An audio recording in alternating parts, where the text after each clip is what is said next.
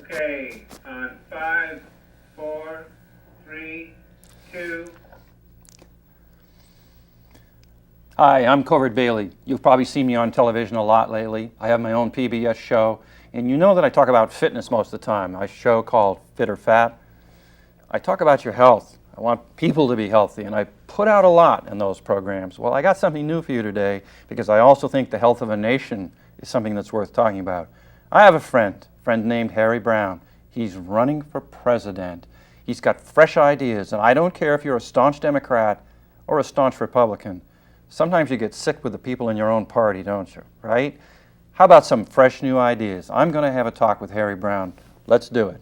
Harry, you made some pretty wild claims sometimes, but one of the ones that really intrigues me is the name of your new book, Government Doesn't Work. In fact, it's called Why Government Doesn't. Tell me, why doesn't government work? What did you mean by that? Well, government doesn't work. It doesn't deliver the mail on time. It doesn't educate our children properly. It doesn't keep the cities safe. Everything it touches and everything it promises seems to turn to dust. And the reason is that government is force. And when you try to force people to do things, they never do exactly what you intended for them to do. They always begin to look for ways to get around it. So what we have to do is to rely on force as little as possible. Get the government out of everything that we can and rely on us to take care of our own lives. Now, did I hear the word right? Force? You're saying the government relies on force. Sure. What do you mean The by only that? reason you pass a law is to force people to do what they don't want to do, or force them to pay for something they don't want to pay for, or forcibly prevent them from doing what they do want to do.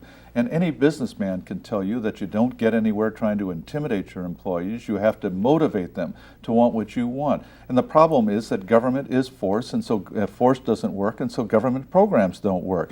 Its war on poverty has escalated poverty many times over. Its war on drugs has increased drug use and increased crime in America rather than the opposite, which was what was promised. Yeah, I noticed that myself a lot. I see the war on drugs, and the drug problem gets worse and worse and worse, and so you have a bigger war on drugs, and I think something's wrong with the system there. Right, and the answer is not to reform the federal government, not to find somebody better able to manage big government, but to reduce it to the absolute minimum possible. And that's what my program is all about. I'm saying to the American people, would you give up your favorite federal programs if it meant you never had to pay income tax again? Because that's the cost of those programs. It isn't the 20 cents a day or $3 a month or $20 a year that the politicians like to say when they want to trivialize your farm subsidy or student loan or the Corporation for Public Broadcasting, whatever it is.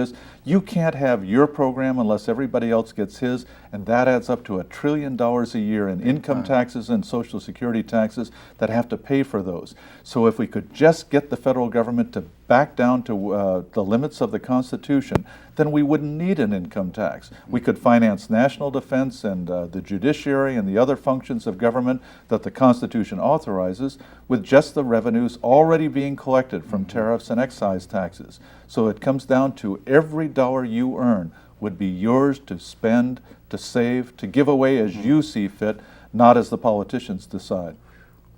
I would imagine that at this point. Pause on that. I think you may want to come in and have a look at that. Okay. Stand by for us to disconnect you from Yeah, the that's right. No. And on 5, 4, 3, Thanks for the opportunity. 2. Hi, I'm Covert Bailey. I'm sure you see my face a lot on public television. Let's try one more time.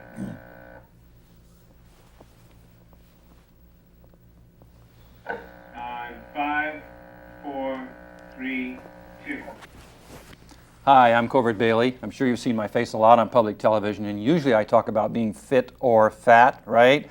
I'm interested in people's health, and I pour out a lot of myself on those shows, whether you know it or not. I care about your health. I also care about the nation's health, and so I'm going to do something weird and different today. I think that my friend Harry Browne, who is now running for president, should be heard. I don't care if you're a staunch Democrat or a staunch Republican. I'm sure you get sick and tired of your elected officials sometimes, don't you? It's time to hear something fresh and something new. Let's have a talk with Harry Browne. Harry, I love your book, Why Government Doesn't Work. But What did you really mean? What do you mean when you say government doesn't work? Well, it doesn't work. It doesn't deliver the mail on time. It doesn't educate our children properly. It doesn't keep the cities safe. Everything it promises turns to dust. And what we need is not to reform government, not to find somebody better able to manage big government, but to reduce it to the absolute minimum possible. So if I hear you right, you're taking a little bit of shot at both our prominent candidates right now. That what they want to do is just reform what we've already got. Oh, of course. They all think that they can manage big government better. But the fact is that government doesn't work. Its war on drugs has escalated drug use and crime in America. Its war on poverty has increased poverty many times over. And we have to get the federal government out of all of these areas that it's moved into over the last 30 to 60 years and made such a mess of. So it's not so much what the government's into, but if I hear you right, you're attacking size, just the size of government, really. Absolutely. It doesn't work, and we have to get it out of our lives if we can to make it as irrelevant as possible.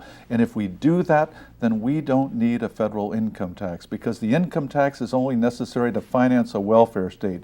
And if we're willing to do without that, then we can do without the income tax. So it really comes down to this. Would you give up your favorite federal programs, whatever they are, farm subsidy, student loan, maybe you love the Corporation for Public Broadcasting, whatever it is, would you give up your favorite federal programs if it meant you never had to pay income tax again? I'm afraid of the person who says, I don't have a favorite federal program. And there are a lot of those. I'm sure you're right. Okay, let's see if I've got that right. What you're suggesting is that it's possible we might have no income tax at all, but you're saying that people give up something favored in order to get that. Yes, give up a favorite federal program. Or if you don't have any favorite federal program, then you're just a net winner all the way around. But the point is that the government has moved into all these areas: welfare, education, housing, transportation. The federal government shouldn't even be involved in crime control or regulation or healthcare or agriculture, because it has made a mess of every one of these areas. Let's take welfare, for instance. Okay. You know, I'm 63 years old. When I grew up, we didn't even use the word welfare, because welfare was some kind of little department in the back of City Hall. Charity was taken care of by churches and service clubs and agencies like the United Way, who cared about getting people off the dole and back into productive life again. Then the war on poverty came in the 1960s, and we built this giant bureaucratic empire whose only interest is in keeping people in poverty. And as a result, we have millions of Americans now who live in hopelessness and despair because they believe they will never be able to hold a job, never be able to support themselves, never be able to take care of their families on their own. They're completely dependent upon the government. We have to put a stop to that. Actually, you even had a comment the other day about immigration and how it relates to the war on poverty. I can't remember what you said about that. Well, it's a typical example of how government creates problems and then comes to the rescue like the cavalry, that it's going to solve it. The reason we have immigration problems is because of this welfare state. We have a welcome wagon on the border saying, come to America, we'll give you free education, free health care, free welfare, free anything you want. And so, of course, the worst elements of the world come here looking to get on the gravy train. No matter who's elected president, the borders aren't going to be closed down. They're open now. Illegal, legal immigration comes running across the borders, and nobody can stop that. But what we can stop is the welfare state, so that we no longer invite these people to come over and get on the gravy train. Government doesn't work, and we are not going to solve problems created by government, by putting more police on the borders, by building a ditch, by having identity cards, and all of these things that the politicians propose. Let's get government out of the picture, and then let's see some improvement. Good point, good point. Well, folks, fresh ideas, fresh ideas. This is an old friend of mine. I've been listening to his financial advice for a long, long time, but Harry Browne has got new things and new ideas. If you're a staunch Republican or a staunch Democrat, I think you ought to open your ears and open your brain and say, I'm willing to listen to something new. Harry Browne needs to be listened to. He's got some interesting things to say, for example, about the war on drugs. That's for you, Harry. How are you going to handle that question? Well, I'm sick of seeing our children being preyed upon by drug dealers on campuses. I'm sick of seeing muggers on the streets trying to support a $100 a day habit. I'm sick of gangs fighting over monopoly territory and drug profits. But you know, we never had any of these things in America until the war on drugs started in the early 1960s. The only The only comparable period we had to this before the war on drugs started was alcohol prohibition in the 1920s. The same thing, gangs fighting over territories. That's true. They made a mess out of everything. Right. Innocent people being shot in drive-by shootings, people dying of overdoses because they were drinking bathtub gin, muggers on the streets. All of these things happened during the 1920s, and it all ended in 1933 when Prohibition was repealed. And then the crime rate just dropped steadily, year by year by year, every year until the early 1960s, and then the war on drugs started, and it was Prohibition all over again. If we care anything about our civilization, about our cities, if we care anything about our children, we have to end this insane war on drugs. Interesting. It's like making a crime out of something that's not a crime. That's true. The government wants to say this is a crime. They made alcohol a crime. And people said, I don't care if you did, we are not going to live without alcohol. Right. It doesn't make any difference whether you're a drinker or a non-drinker. They made it illegal, and that spawned crime. And these problems can create problems for the people who partake of them. But when you make them illegal, then they become everybody's problem, and we're hurt by them as well as the people who are abusing their own lives. But the politicians only know one answer to anything, and that is more government. Let's have tougher sentences, more police on the street, let's have tougher sentences, more police on the street. It's okay. It's okay. Tougher sentences, more police on the street. Okay, here we go. Here we go.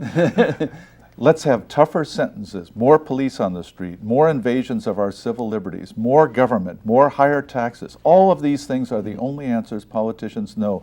But in this area, as with so many other areas, we could do so much more by pulling government back, by giving people responsibility for their own lives. But now, don't you think that both Dole and Clinton want to cut back on government? That's what they always talk about. Well, it's an election year, and they know that the American people are sick to death of supporting a wasteful, extravagant government at the expense of their own families. So they're saying government's too big, the era of big government is over, we have to do this, we have to do that. But the fact is that they are lifetime politicians who have spent their entire careers making this big government that they now presume to be against. What we need are people who are more concerned about what they can accomplish in one term than they are about being reelected, that they will go there for one term to reduce government to the absolute minimum possible. And that's why I'm running for president, because I don't want to spend the rest of my life watching government get bigger and bigger, more oppressive, more expensive, year after year after year. Okay, well now, are you saying that you would cut the size of the government more than Dole might or Clinton might? Well, they're not proposing any cuts at all. They're only proposing to slow down the rate of increase. But if government is too big, and it is, then smaller government means government that's smaller than it is now. And I want to cut it to a fraction of its present size. I want to get the federal government out of all these areas that it's made such a mess of. Welfare, education, healthcare, agriculture, housing, transportation, crime control, regulation. The federal government should not be involved in any way whatsoever. The answer to welfare is not to block grant money back to the states, not to have 2 years and you're out, or workfare instead of welfare. The answer is to get the federal government out of it completely, so we go back to the kind of climate and country that we had before the war on poverty started. Which, by the way, the Founding Fathers set up in the Constitution. Absolutely. Most of these things that you're talking about were not allowed in the Constitution in the first place. Right, and the Constitution is key to all of this, because if you do not limit the government, if you do not say, here is the line and you cannot cross it, then you have unlimited government. Then they can pass laws on anything they want. They can tax you as much as they want. They can spend as much as they want, because there is no built-in limit, and the limit has to be the Constitution. If the Constitution doesn't authorize enough, let's amend it. Yeah. If it authorizes too much, then let's amend it. But let's not violate the Constitution and let the Supreme Court, the President, and the Congress, and all these people make up their own rules as they go along. Yeah, they write their own Constitution. It's not right. It's not right at all. Do you have a size in your mind, or is that a realistic question? You say you want to cut the government in physical size, numbers of people employed. We're talking about cutting physically. Do you have something in your head about that? Well, I don't really care how many people are employed, although it would certainly be a lot fewer than it is now, but I want to see the government involved in far fewer things than it is now. And I believe, I have laid out in my book, Why Government Doesn't Work, a budget whereby the government could operate on $100 billion a year. We would have a more effective national defense than we do now. We would have a better judiciary than we do now, but we would not be involved in any of these things that the government has stuck its nose into over the last 60 years. Of course, the classic one is the Social Security issue. How are we going to dig us out of that mess? Oh, that is a very important issue, and of course it's one the politicians don't want to talk about. Right. I shouldn't have brought it up to embarrass you. You got a good answer? Of course. If you are on Social Security today, I know how you feel. You're worried that the politicians are going to take your benefits away from you. You know, I know, and the politicians know that Social Security is going to explode in a few years, and what's going to happen to your benefits? If you're a young person putting money away, you know Social Security isn't going to last as long as you are, and so you figure this is all money just going down the drain. What are we going to do? We have to get the government out of Social Security. And how do we do that without leaving anybody holding the bag? Sell off all these assets that the government has acquired with our money. It owns tens of thousands of buildings, lands all over the western states, pipelines, power companies, unused military bases like the Presidio. All of these things, let's put them on the auction block. Get the money for them, and then with the first proceeds that come in, buy lifetime annuities for the people who are dependent on Social Security today, so that they have guaranteed contracts that nobody can take away from them, and the rest of us will be free of that 15% Social Security tax forever. The only way we're going to solve the problem is to get the government out of it, because government doesn't work and it can't operate a retirement system any better than it can operate the post office. Good point, good point.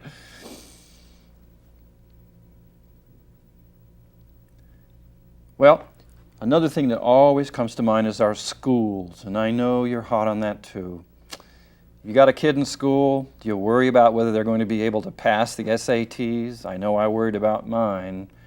And you have to remember that an awful large percentage of the decisions made about policy in public schools is coming right out of Washington. Well, if kids are doing worse and worse and worse on the scholastic aptitude tests, there are kids getting out of high school who can't read applications for a job. Wow, I think our schools are getting worse.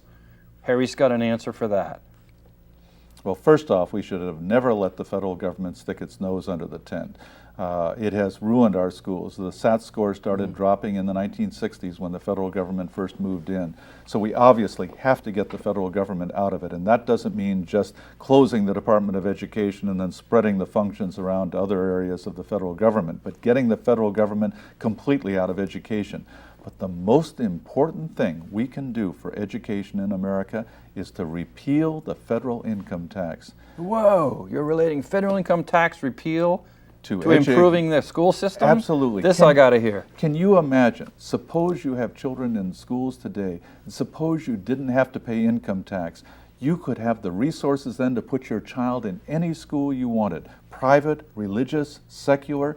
You could ask for a school that had prayer or no prayer, sex education or no sex education. Whatever kind of curriculum you thought was best, you could find a school that met that. No more arguing with your neighbors or the school board over curriculum. No more writing letters to Congress. You just simply take the resources that you've earned and use them to buy the education for your children you want. This will do more to improve education in America than any federal program or any state or local program. Just the ability to withdraw your child and put them in any school you want forces the school to get better, because suddenly they have no students. Of course.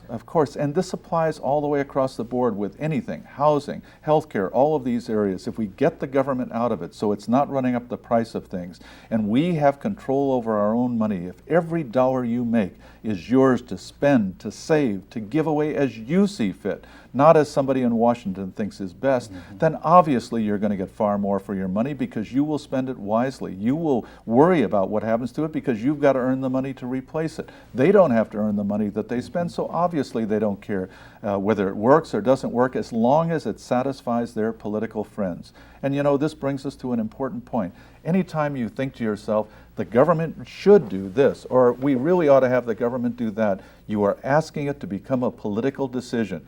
You are taking it out of the realm of science or finance or medicine or whatever it is, and turning it over to politics and saying, now I'm going to have this decided by Bill Clinton and Bob Dole and Newt Gingrich and Teddy Kennedy, and all these people will get together and they'll negotiate some kind of a deal that will make it good for the politicians, that will reward their political backers, that will reward the people who have the most political influence, which is never you or me. So get them out of it in the first place. Absolutely. Which is right back to the Constitution. I hate to keep harping on that. Don't make political issues out of things that we should be deciding for ourselves. On a local level. I totally agree. I totally agree. I've heard the number that we now have 51% of American people who are employed are working for the government. Is that number accurate? No. Not quite? No. No. Go ahead. I'm sorry. Today, 48% of our,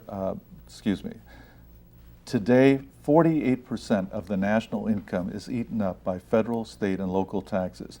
That means virtually half of everything you make goes to government at one level or another. Mm-hmm. That means if you and your spouse are both working, in effect, one of you is working for the government and the other one is working for your family. That's not right. Yeah, or the other way of looking at that is if half of my pay almost, that means if I start work in January, I work January, February, March, half the year, and none of it comes to me. Right. And then the second half of the year, I work for me. Right. Doesn't seem right. And in my program, the proposals that I'm making, we will reduce that the first year to 25%.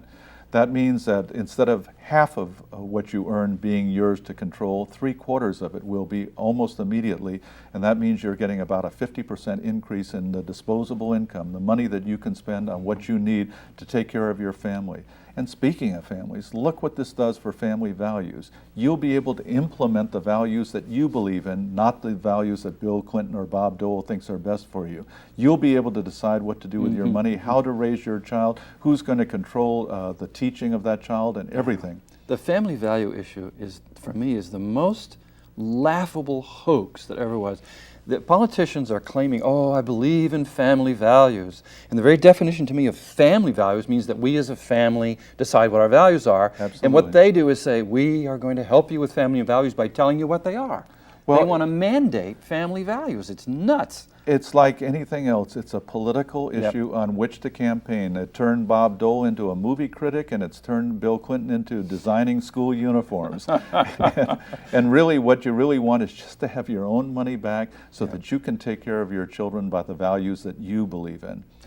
Okay, now you're saying we're going to cut the income tax down by 25%? Is that No. We're going to get rid of the income tax entirely and replace it with nothing. No flat tax, no flat tax, no sales tax. We can finance national defense, the judiciary, and the other functions of government that the Constitution authorizes with just the revenues already being collected from tariffs and excise taxes.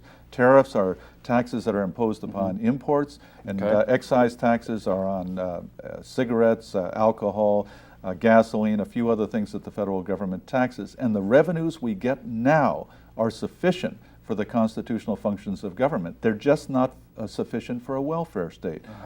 And if we're willing to give up the welfare state, we can be free of the income tax forever. And that means the personal income tax, the corporate income tax, the estate tax, the gift tax, Social Security tax, capital gains tax, all direct taxes. You will never have any relationship with the IRS again. In fact, abolish the IRS. It's gone. It's history. Of course. Of course. It is the worst abomination that has ever been perpetrated on a free country. The idea that they can go rummaging through your bank account, looking for evidence with which to hang you. The idea that they can summon you into their offices and say, here, bring all of your records and prove to us that you have not been cheating. Prove to us that you really didn't earn any more money than you said and that you really did spend the money on expenses that you say. This is just totally incompatible with a free country. Ooh.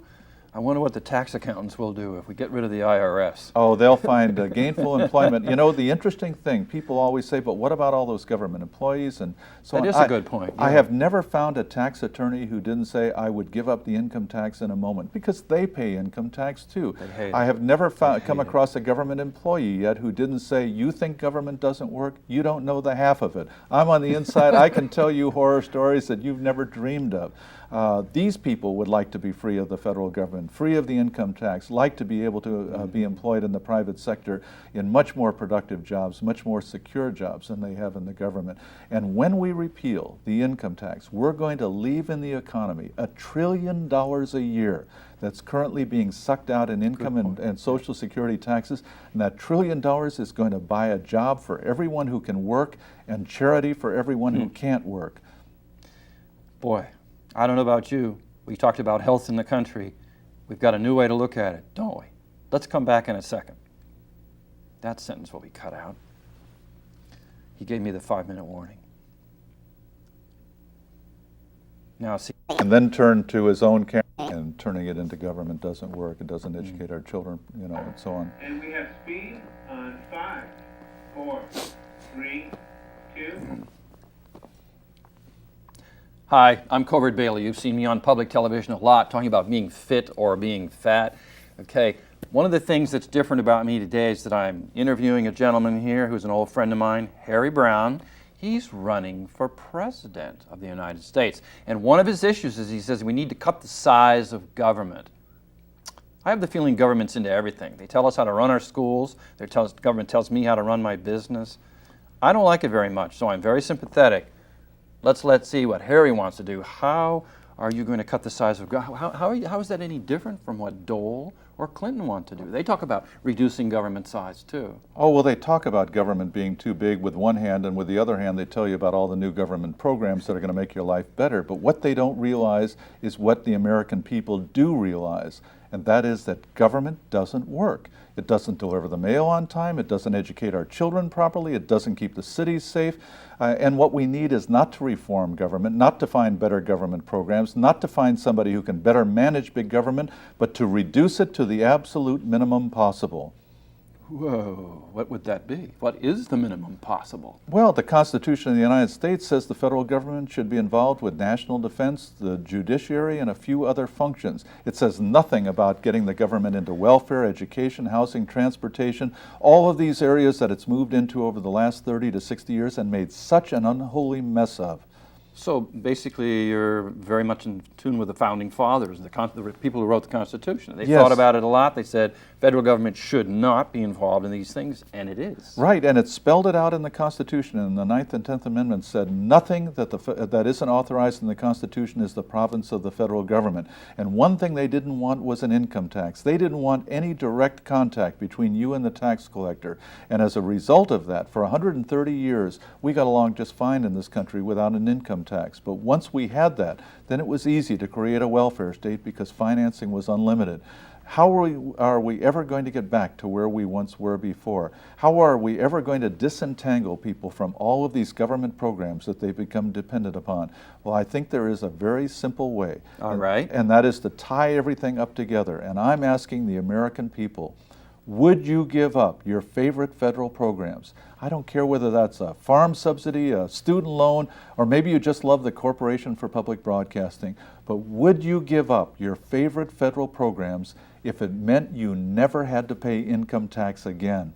Because that's the price of it. That's what you're paying in order to have those programs that you like. In other words, everybody's got something that he says, oh, I couldn't give up this, I couldn't give up that. But the question is, would you say, wait a minute, yeah, I could give up that one thing that I really like. If you're a farmer and you say, well, I don't know if I could make it without farm subsidies.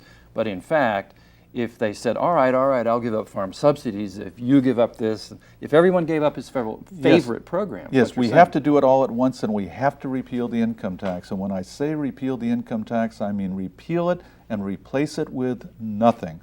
No flat tax, no sales tax, but just finance government with only the revenues coming in now from tariffs and excise taxes, which are enough for national defense, the judiciary. See, now that's going to be a hard